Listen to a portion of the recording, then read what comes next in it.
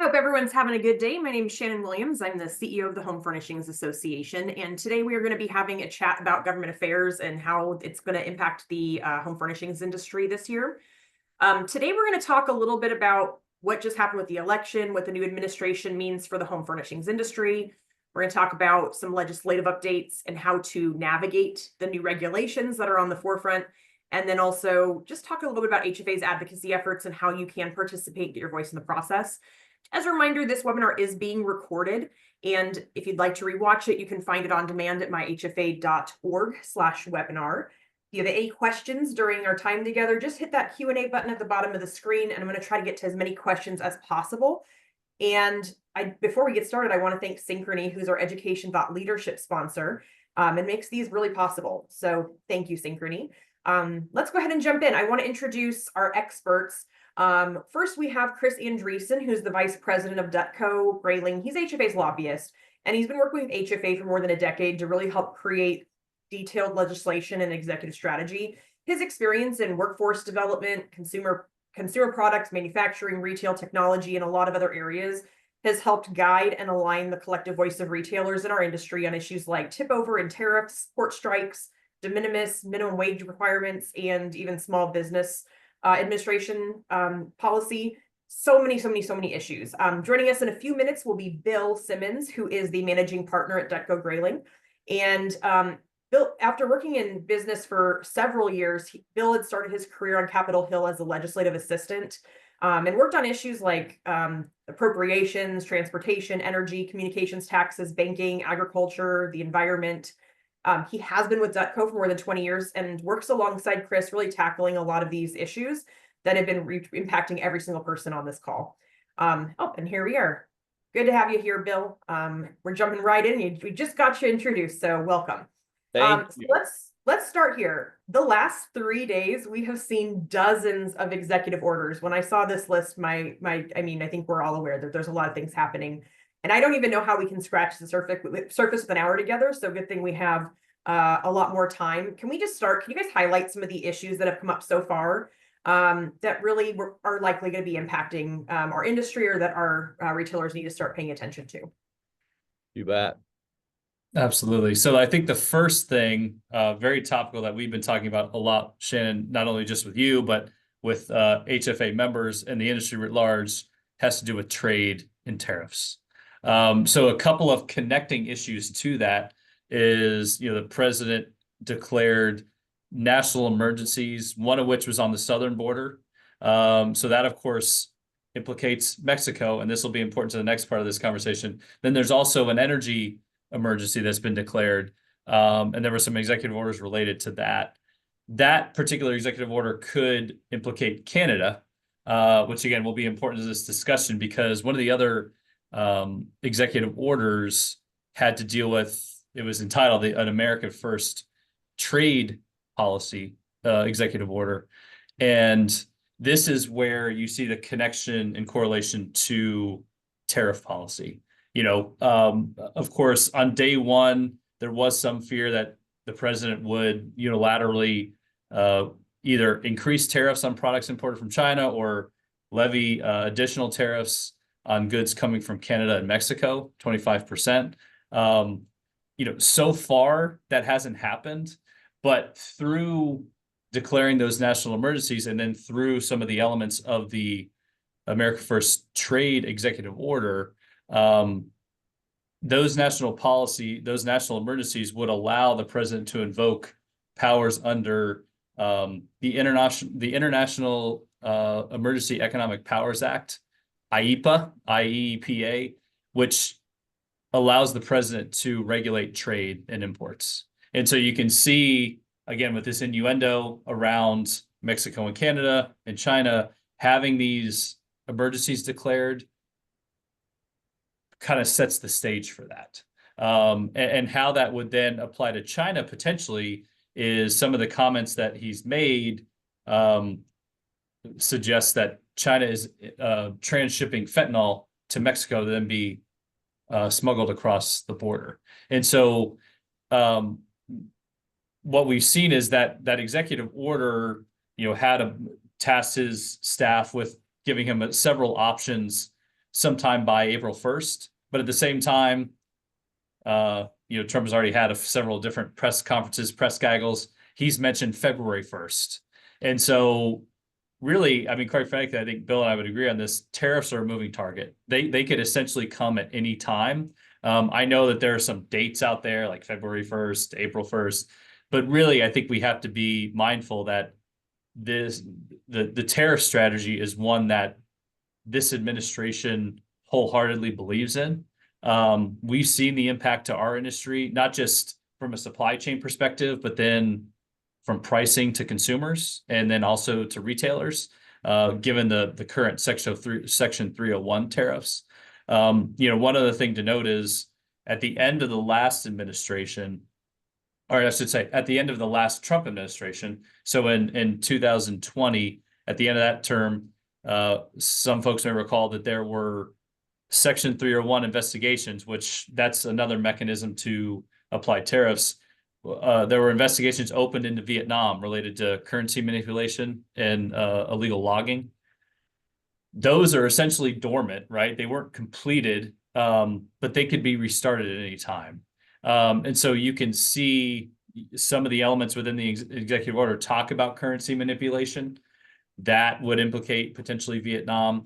There was also, sort of a recommendation request in the executive order for a universal tariff at some rate. So some of these things that we heard along the campaign, and then of course since the election, since Trump was elected, these are all options that are out there.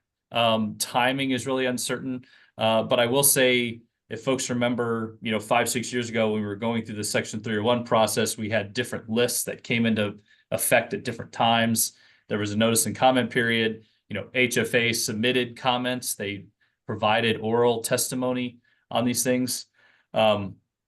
Circling back to the beginning of the conversation on IEPA, there's no requirement for that when it comes to that statute. So these tariffs, potentially, when it comes to Canada, Mexico, and even China, could potentially be, imposed without that public comment opportunity.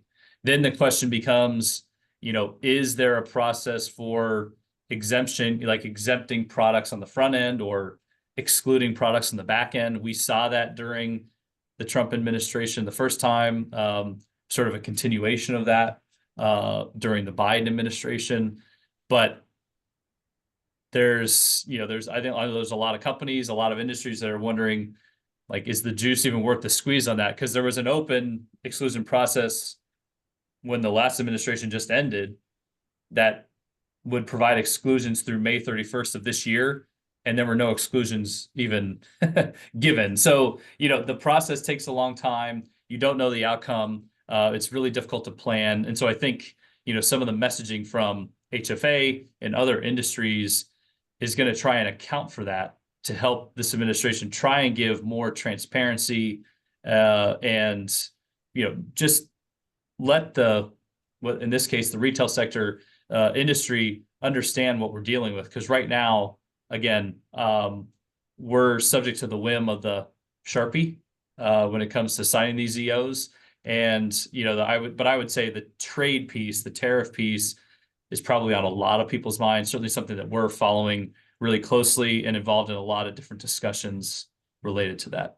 So the only thing I'd add to that is that kind of underline that the president has been really clear that this is all about bringing manufacturing back to the United States. Today at Davos, he had he was there via video, but his comments were pretty simple, which were, if you make your products in the United States, you'll be subject to the lowest tax on earth. But if you make them somewhere else, you'll have to pay a tariff. And I think, that's been a theme that he has had his whole, last 8-10 years, which is,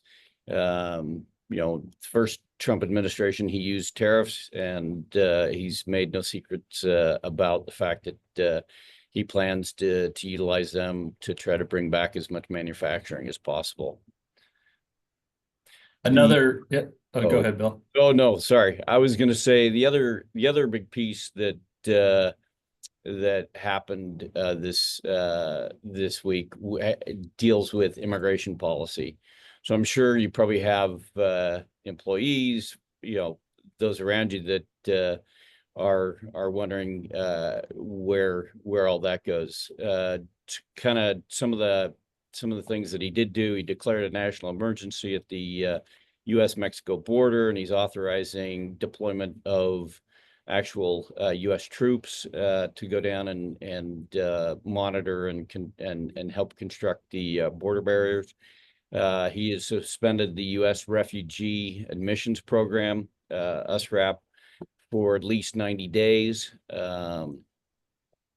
He's ended birthright citizenship for children born after February 19th of 2025. Obviously, that's going to be subject to immediate lawsuits. He's reinstated the Remain in Mexico policy, requiring asylum seekers to wait in Mexico during their U.S. immigration court proceedings. And, oh, sorry. And he has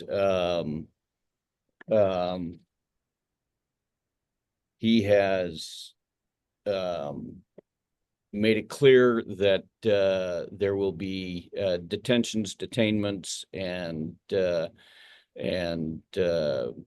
is planning to also impose sanctions on countries that don't accept or facilitate the return of their citizens, and directed the creation of a federal Homeland Security task force in each state to coordinate immigration enforcement efforts. So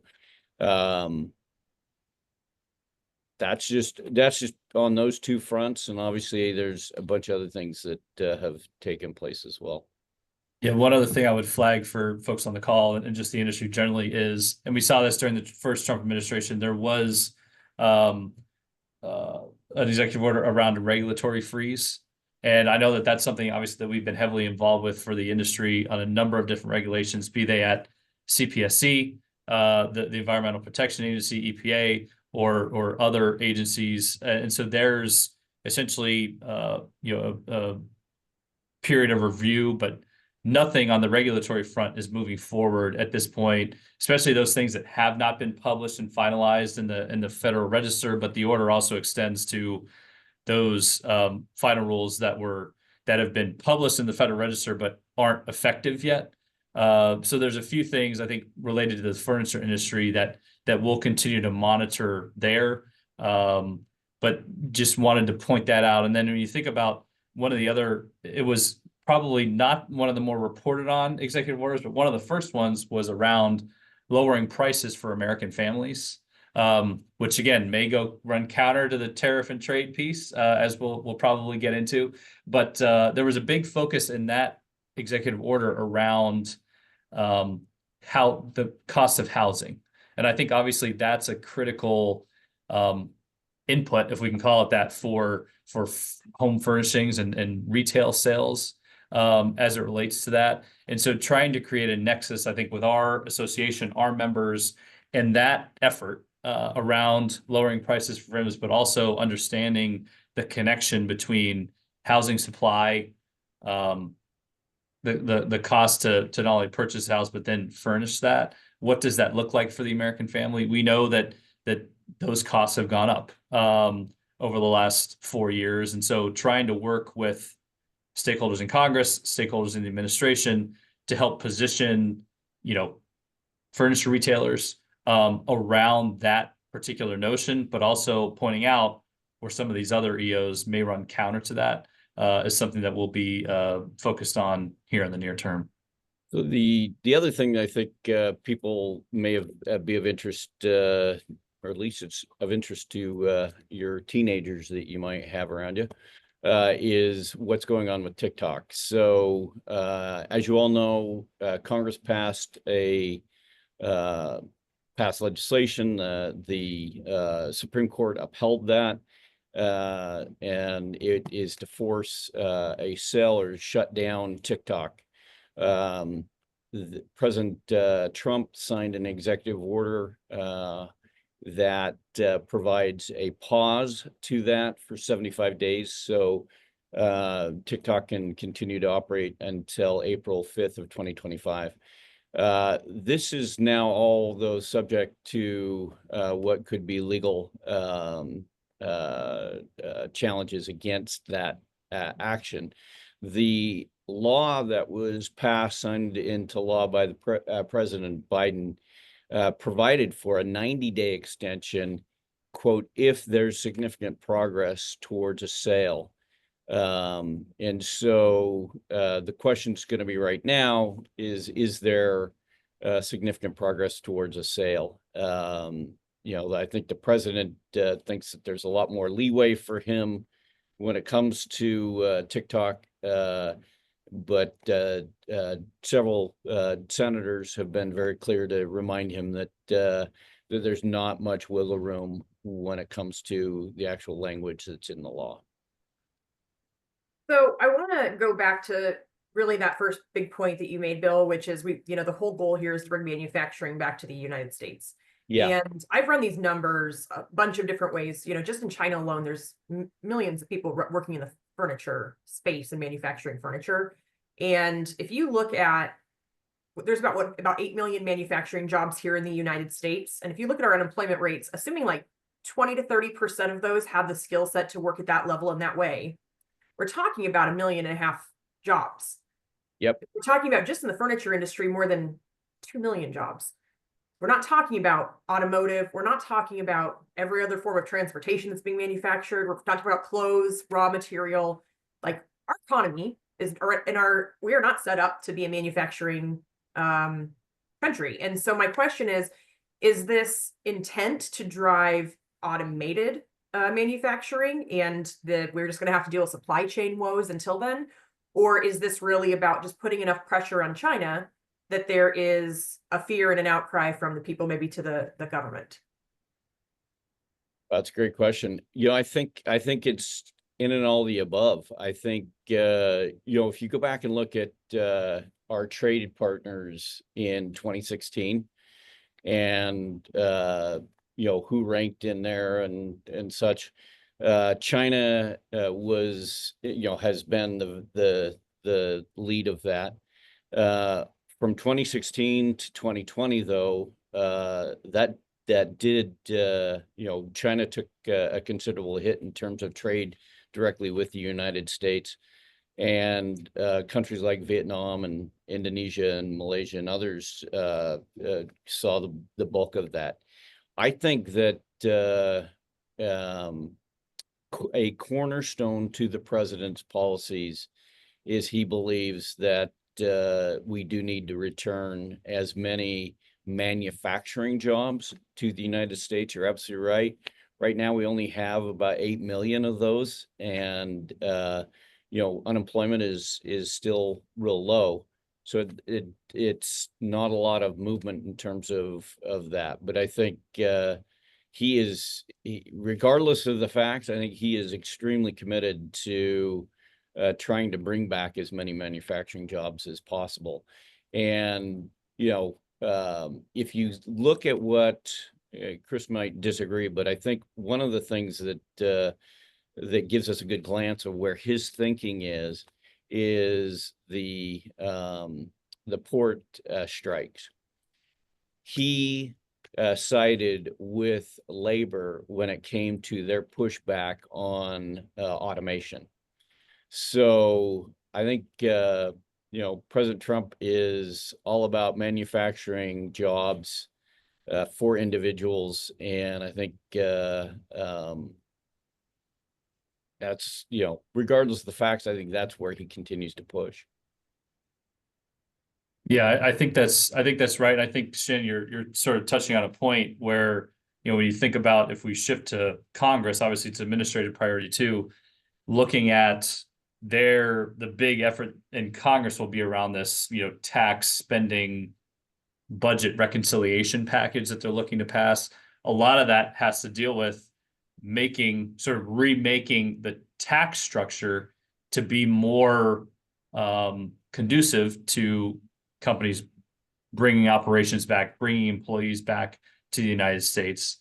But at the same time, we also need to focus on, I know that Bill and I have been talking to various stakeholders about this, focus on the workforce issues that you just mentioned, right? Because there's going to be a disconnect there. But if you have sort of the tax and trade policies in place that incentivize and advantage domestic production, then you have to tackle the logistics and procedures around actually doing that. And a lot of that comes down to people. And I think that that's where the president's mindset is on people, but first and foremost, from a policy standpoint, I think businesses will find this out too if they're focused on the tax code. I know that for a lot of the broader business groups, that is priority number one. Ultimately, though, then you're going to need other policies in place to help, upskill and get people the skills they need to actually perform those jobs, because they haven't been, those jobs haven't been available here in the US at scale for a while. I mean, we're sort of seeing this play out almost in real time in the semiconductor space, right? That was sort of a strategic, again, bipartisan investment that Congress made with the Biden administration. We'll see how the Trump administration wants to play that. But semiconductors have not been made in this country for decades. A lot of that had to do with workforce. And so now, the federal government has now extended billions and billions of dollars to these semiconductor manufacturers to, create fabs and bring that manufacturing back. A big portion, some portion of those funds goes to workforce development to help realize we need to have programs in place that help train people to get them those skills so they can actually work in these fabs. And I think the same would be true with furniture. We've got some programs existing on the education side to do that, but to bring it back at scale to kind of things what you're talking about, and perhaps what the administration would be envisioning, there's a lot more work that needs to be done outside of executive orders, right? We're talking about policy, and a lot of times not just Republicans driving it. This would have to be some bipartisan discussions related in there. I think this another thing that highlights where the president's thinking is too is his idea around the external revenue service. He proposed that or announced on the 14th that he was going to pursue a external revenue service, and I think that just underlines how he thinks about it. That if it's money coming from tariffs, duties, foreign sources, that somehow none of that gets passed on to the American consumers, but rather that's a much better way of funding the government rather than through traditional taxes on citizens. Yeah, and I know several HFA members during the initial imposition of tariffs, there was a lot of questions. Well, where's the money? Where do those tariff funds go? And so I think that external revenue service that Bill's mentioning, that was also part of that trade executive order, like recommendations of how to stand that up, is part of that effort. But I know that in the Trump administration, some of those revenues, because of some of the because when it comes to tariffs, it's one thing to take the U.S. view as far as tariff money coming in, but then it doesn't really take into account retaliatory actions that happen from other countries, and we saw some of that retaliation in the ag space. And so during the initial Trump administration, first one, some of those tariff revenues were then redistributed to the ag community to help offset some of those export difficulties they had as a result of the tariff. So all that's to say, it's not a zero-sum game, right? There are, when it comes to tariffs, there's obviously the impact to importers, retailers, consumers here, but then for those industries who are looking to export their goods, if you have a broader tariff policy, whether it's universal, whether it's country specific, what does retaliation look like, and what does the effect look like, and what's the effect on the economy, right? Because that's going to affect a company or an industry's ability to hire and grow in the US if their other markets are foreclosed or become more expensive. Yeah, and Chris is right. The ag sector will always be the first one to take a hit on a retaliatory action from especially China. So I think they're gearing up for those kinds of retaliation to actions to take place pretty quickly.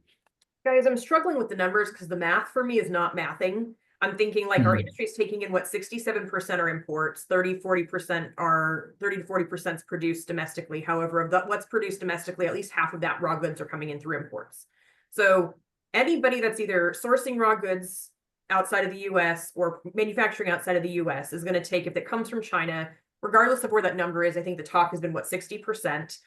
So they either have the opportunity to be hit with that 60% tariff, they have the opportunity to take that and freight it through Canada or Mexico and pay a 25% tariff.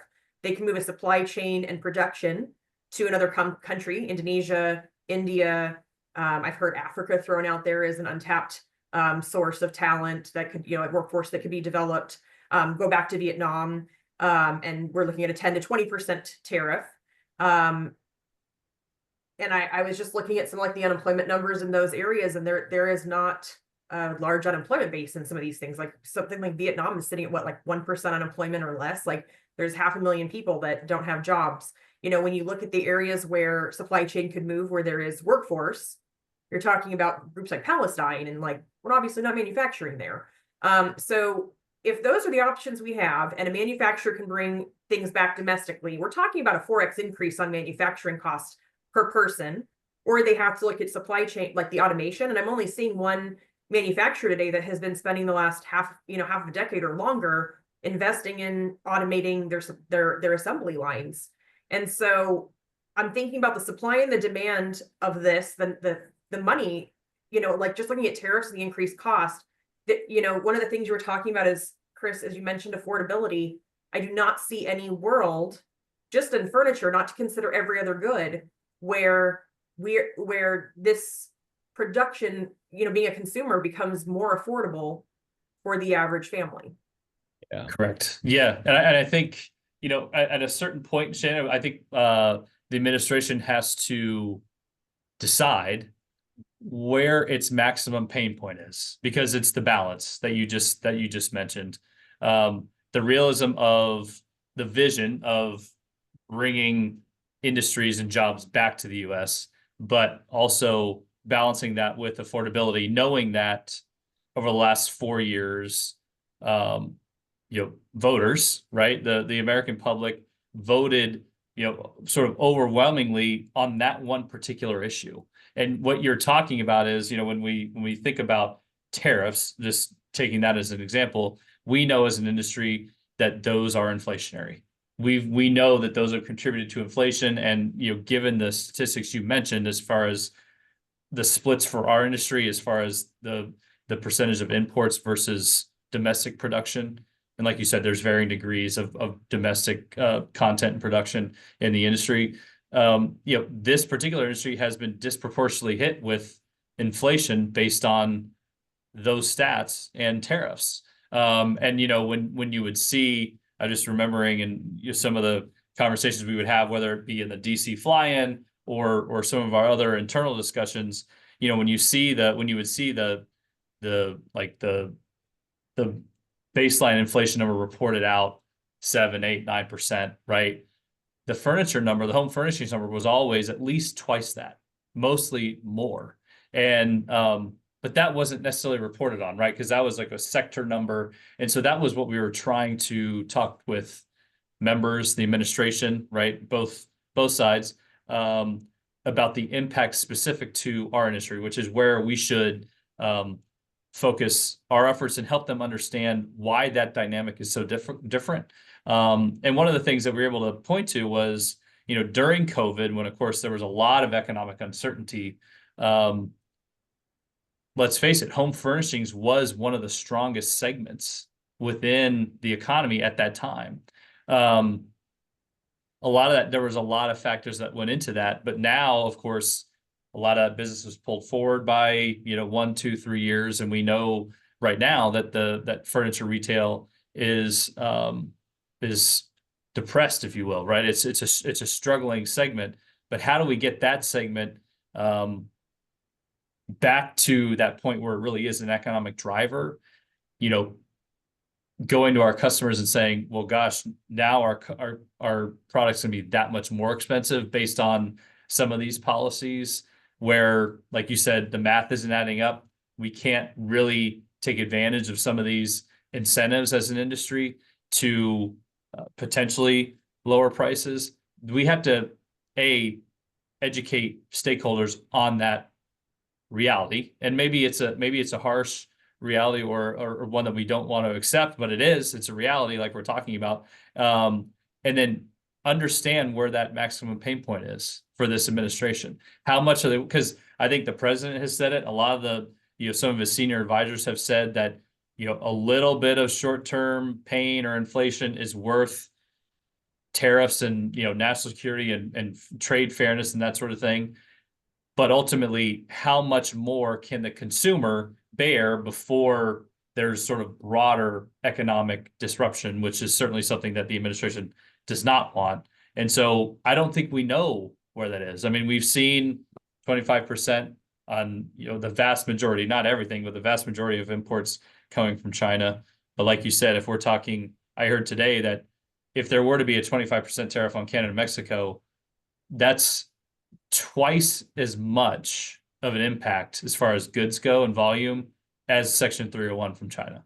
That's how much trade we have with Canada and Mexico. So that's a huge, or should I say huge, impact to the economy and a lot of industries that I don't think a lot of, sort of Americans understand what that impact would be. And then, that's not even to say, you mentioned additional pieces to China. I mean, I know that the president has talked now recently about an additional 10% on top of the 25% related to that. So it's, as we got to the top of the discussion, that's top of mind for obviously all of us here, folks listening, the association, but a lot of other interests here in DC, but understanding how to best message that and get those points across to those decision makers is, our task for the next week, month, year, 4 years, because that's what they're facing here.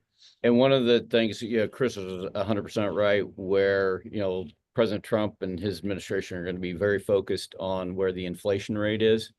Two measures that I think that economic measures that he's going to be really focused on is one, where's the stock market and where's inflation.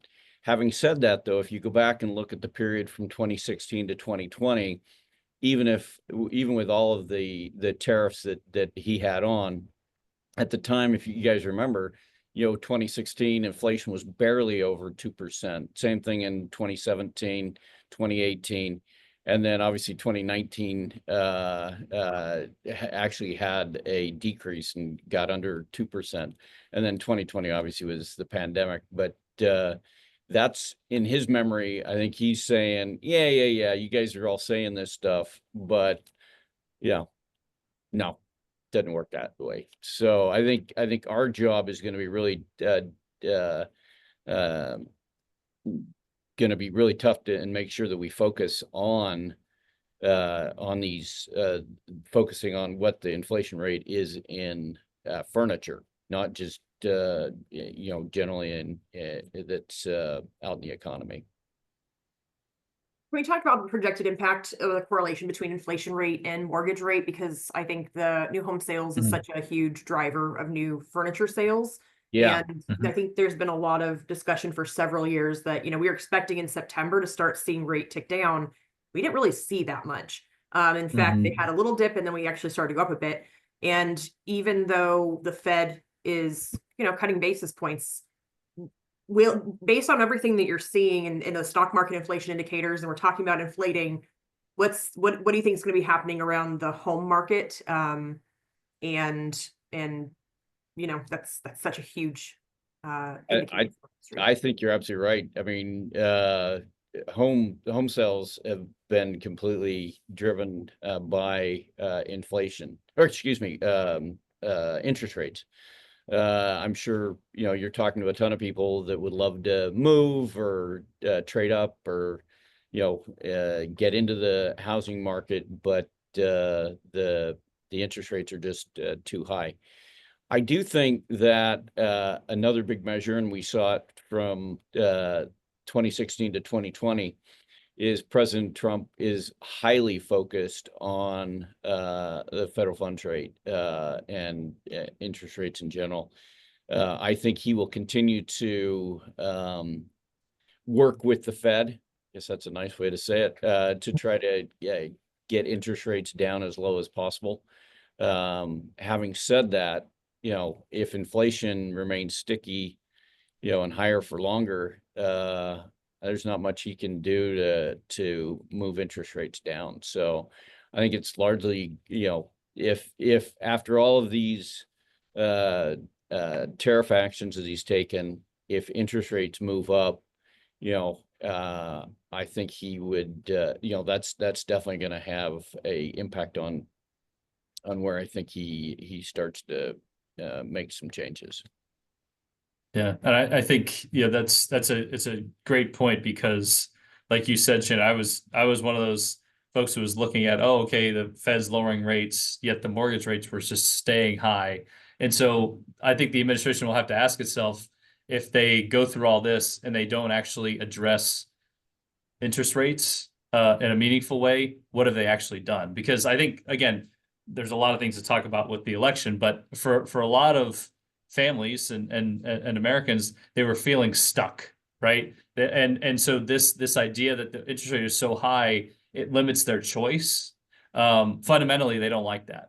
And I think that, again, maybe there is some hope that President Trump would help in that regard. But I do think that, the executive, the president's influence over some of those pieces is limited. Now, some of those connected policies, especially as related to tariffs and inflation, is something that helps drive that higher and keep it higher. So I think it's a point that we, as an industry, definitely need to make. And as you know, with some of our sort of relationship building and networking over the years, we've got some good relationships with the home builders, but coming together with like-minded organizations like that, with sort of coordinated and aligned interests to help them make sure that they're not just narrowly thinking about trade, but thinking more broadly around this issue on inflation and interest rates, housing market, and then of course, furniture. That would be really helpful, I think, in that broader argument around let's because the idea of no tariffs is falling on deaf ears. But the idea of being more strategic and deliberate with tariffs to not potentially impact those consumer goods that get right at the heart of one of your main messaging pieces around lowering prices, perhaps that's something that we can talk about. And you mentioned, I mean, on the supply chain side, we've seen some shifts in the home furnishings industry that perhaps people that have been around in it longer than we have would never have thought would happen. And so trying to help the administration recognize and understand the impact that the current tariffs from China have had. But when you talk about adding tariffs to other countries and some of these other moving pieces, does that ultimately make China then more attractive again? If you're adding some of these other tariffs. So there's a lot of things to focus on, but I do think the connection with our industry and housing, given some of these executive orders, given the president's business background, and the importance to the overall economy, makes sense to be kind of a real strong policy platform for us. I also think too, this year, this Congress gives us a lot of opportunity. As you all know, the House is extremely close. Right now, in order to have a majority, you have to have 218 members. Republicans have 218 members right now. And so any one member can have a lot of influence. The president has some really lofty goals that he'd like to accomplish in this Congress. Principle amongst that would be to as part of reconciliation, get the Trump tax cuts re-implemented, and he'd like to see some additional reductions there. Every Republican member is going to have an ability to really impact this administration. So going to Chris's point about being focused, and I think the administration's gonna have to be open to conversations with members on being a lot more focused and transparent about what their policies are with regards to tariffs.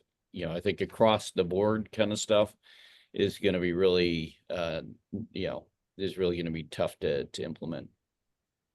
You'd mentioned a lot through this conversation that there's going to be a breaking point. And, so much of what we do in terms of lobbying is sitting down with members of House, of Congress, Senate, and having conversations to educate them on the impacts of their decisions.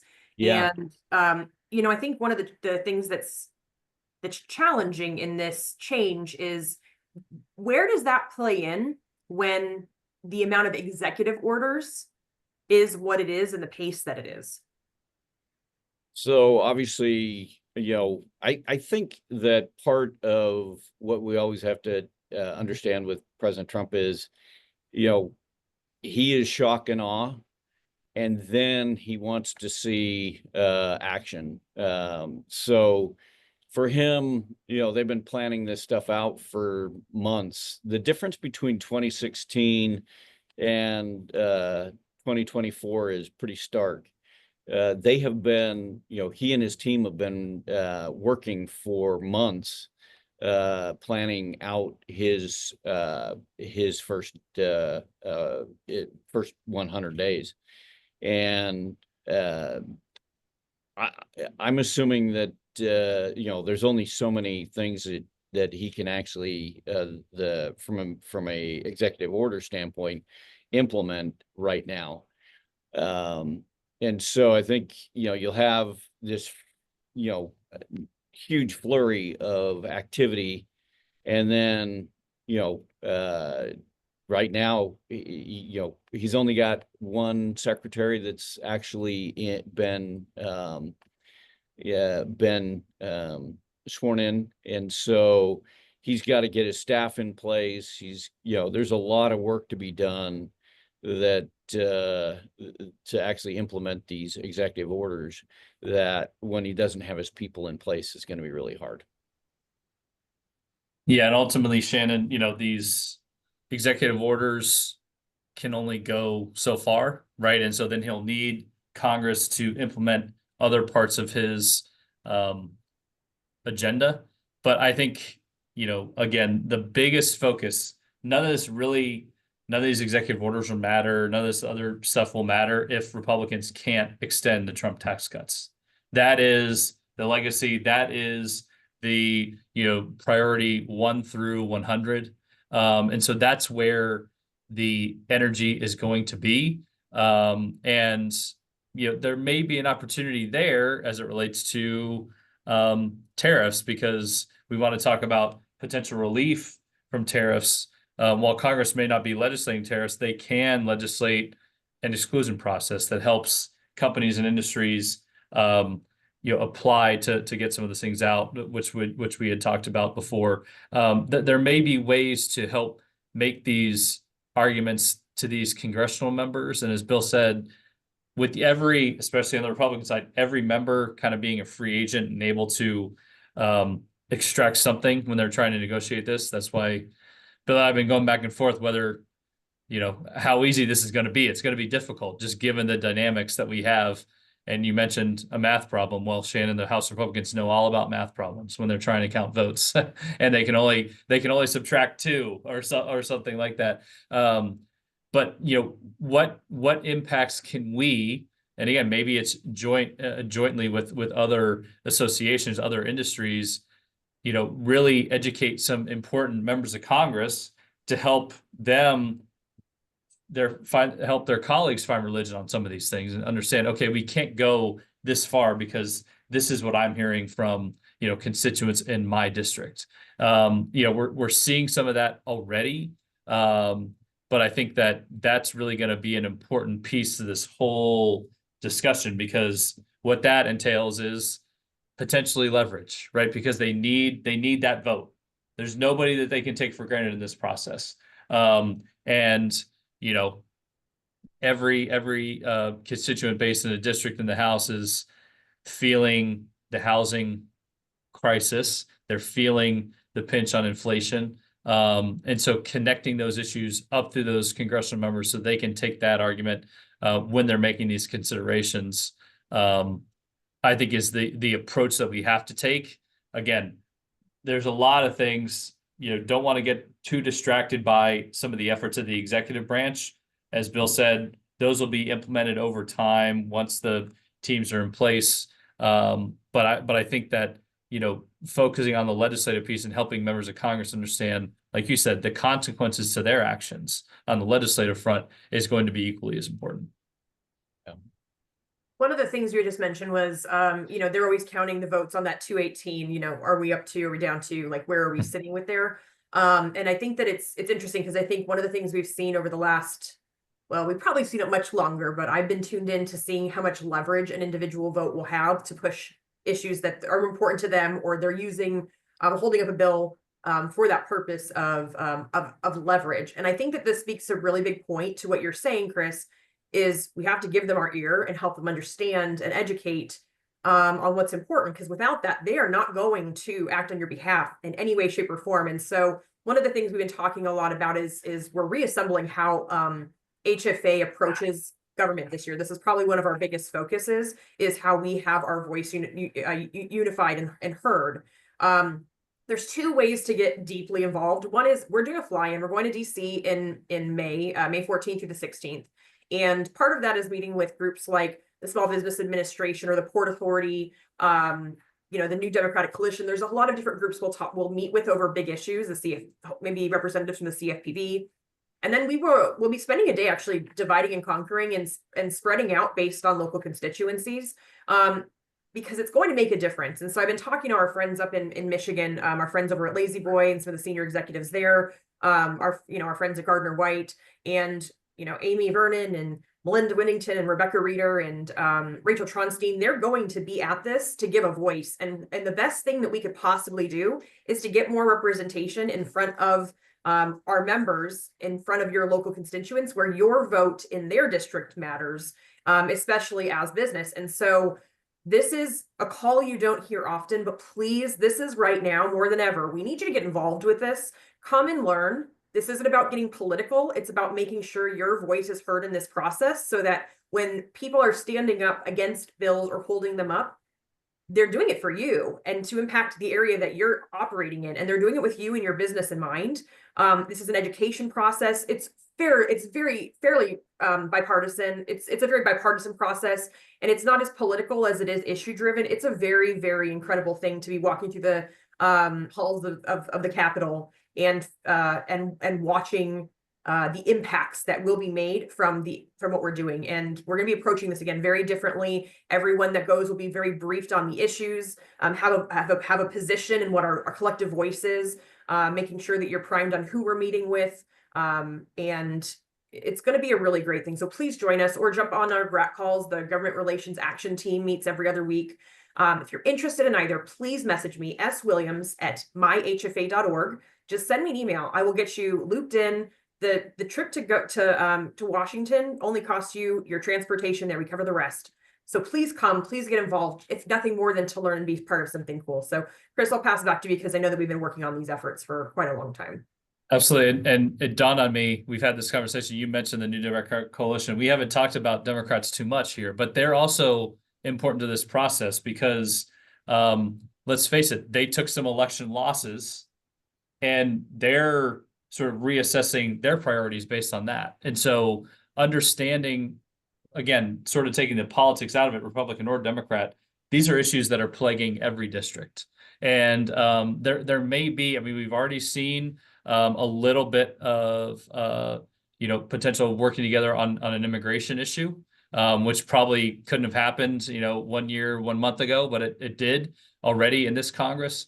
And so there may be some opportunities for bipartisan collaboration on issues that can unite people on either side of the aisle. And I think that when it comes to people's everyday lives and the price increases that they've been facing and inflation, that is one area where people can agree. What can we do to lower that burden? Because politically, that's good for everybody. Then you can sort of compete on the, you maybe disagree over some of the tactics and other things, but are there opportunities to work together? I think that from our industry's position, what we would continue to do is encourage members to work together on those issues, because they're not going to be solved by one party or the other. They need to be solved with ideas from both sides, because they're affecting every one of their constituents. And so I think you're going to have, perhaps a more open dialogue when it comes to some of these conversations, Shannon, during the fly-in, and sort of an understanding about hopefully that there are ways that we can achieve some of these things in a more united front. That's fair. Yeah, I was going to say, one of the things I've been looking at a lot is just the growth that our industry has seen over the last, just over the last decade. And if you look back 25 years, traditional brick and mortar was the way you did business. And as of today, it's a third of the business. The rest is, a third of it's in brands that are selling, manufacturers selling directly to consumer. A third of it's in your top 9 e-commerce giants, your Amazons, your Wayfairs, Sam's Club, Costco. And of the third that is in traditional brick and mortar, total of 6% is with the non-top 100s. And I think, when I look at those different ways, I think that the industry talks a lot about e-commerce as the reason, and I don't disagree that that's one of them, but one of the major differences between those 3 sectors is just how you buy and hold inventory. There are 3 different inventory holding strategies. And that's, I think, one of the conversations that I don't think we talk about enough. I think for traditional brick and mortar, we talk about how to turn over faster, how to get product out the door. We're not talking about buy and hold strategy in very different ways. And I think that's a lot of what the impact is this is a direct, anybody that is purchasing product and storing it, this is just basically an attack on that exact strategy. And so, if you are amongst that group, which I'm pretty confident everyone in here is, this is your time to step up and be part of this process. Otherwise, we're going to see a smaller and smaller piece of that pie in traditional brick and mortar, as people who are having their cash held up in inventory.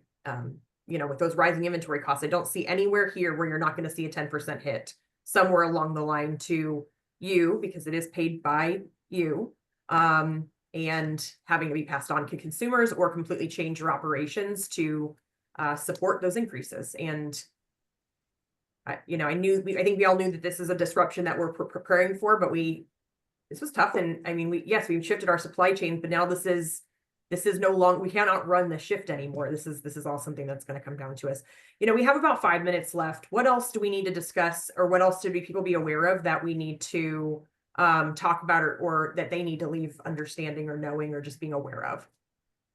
I think what you just laid out, Shannon, is a really great example of how we can educate members of Congress as to the business of furniture retail. Why does this matter so much to us? What does our business look like? We can't take for granted that, they know the ins and the outs. Obviously, you do, the members do. And, we've been in conversations before as a group during these fly-ins where it has clicked for some members of Congress, and they help understand. A lot of that was during COVID. We talked about some of the supply chain issues that were plaguing the industry and a lot of our members, and how that was going. So I think that that educational piece is going to continue to be important, and one that, again, will help connect people to the industry and issue, but then helps them, like you said, sort of stand up against some of these things that may be hurtful. Boy, Chan, the other thing too, I'd just underline how important what you said earlier, which is members of Congress, you are exactly the folks that they want to be listening to. You're the ones that are, bring jobs into their districts. You're the ones that have been involved in business in their district for a long time. So, when you guys come to Washington, you are the voices that they're really trying to listen to.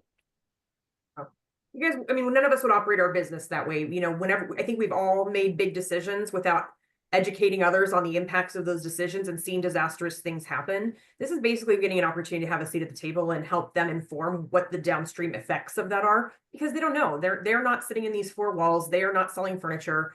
They're thinking about everything. They're here to be a facilitator of our voices. And so we have to bring our voice first. There was a question that came up that you guys could speak to it quickly. Joe Bright had a question about ERC funds. Would you guys mind talking about that? Yeah, so I if I've got my acronyms correct, Shannon, this is the employee retention employee tax retention. credit. Yeah. Yeah, the employee retention. And so there's been I mean that particular program, right? And you mentioned the small business administration policies. I just remember those paycheck protection program days during COVID for this industry, a lot of the members. That ERC has gone through sort of several iterations. There's been fraud that's been identified. I know that, again, as they're looking at budget reconciliation, that particular credit is on the table for certainly reforms, if not being sort of eliminated. So the status of those particular things, I think that that may end up getting caught up in some of these like regulatory free sort of programs that this new administration has put on. But ultimately, I think that with the existence of the program, if you submitted, the valid documentation, I think ultimately those refunds will be processed, but I do think that it's going to be a little bit of time. And then I think as far as the future of the program, and I think in a bipartisan way, we've seen there's some skepticism that it should continue because it's just been difficult for the IRS, just based on the question from Joe, to administer. So yeah, we'll continue to track that, and then if it comes up in any of our conversations, we can report back. I would not. I wouldn't count on it continuing in perpetuity for sure. Yeah. Joe, but I guess we will be seeing you in May for our fly-in, so we can get you sitting down with the Small Business Administration and some of your representative up to New York, so that we can start that conversation, because it has to be had. Bill, Chris, seriously, thank you. I think we had a lot of huge takeaways. The impacts of tariffs, the recognition that costs are going to be increasing. I think that there's a recognition of there's a lot of change happening, and I don't know that we're able to keep on top of it. The only way to do that, I mean, if we have this much action, over 36 actions in 3 days, come to our GRAP meetings next week, and we're having these exact same conversations, but they're group discussions. So I highly encourage you guys to attend. Again, swilliams@myhfa.org. Let's get you involved. Again, guys, thank you so much for all of you attending today. Thank you for attending. Don't forget to go online and explore some of our other resources and some of our upcoming webinars for more strategies on how to advance your business success. The next webinar that we're having is going to be aftermarket. It's going to be on Thursday, February 6th, which is generational consumer buying trends for 2025. Our panel is going to be diving into just the ever-changing landscape of consumer buying habits and really focusing on generational preferences and technology and really how that's shaping the market. So thank you guys again for tuning in. Have a great Vegas market for all of you who will be there. Feel free to stop into our HFA Resource Center at B1050, free breakfast. We have a barista, and just come in and say hey. Again, thanks for tuning in, and thanks for joining us on the journey of advancing home furnishings business retail success. Thank you. Bye, guys.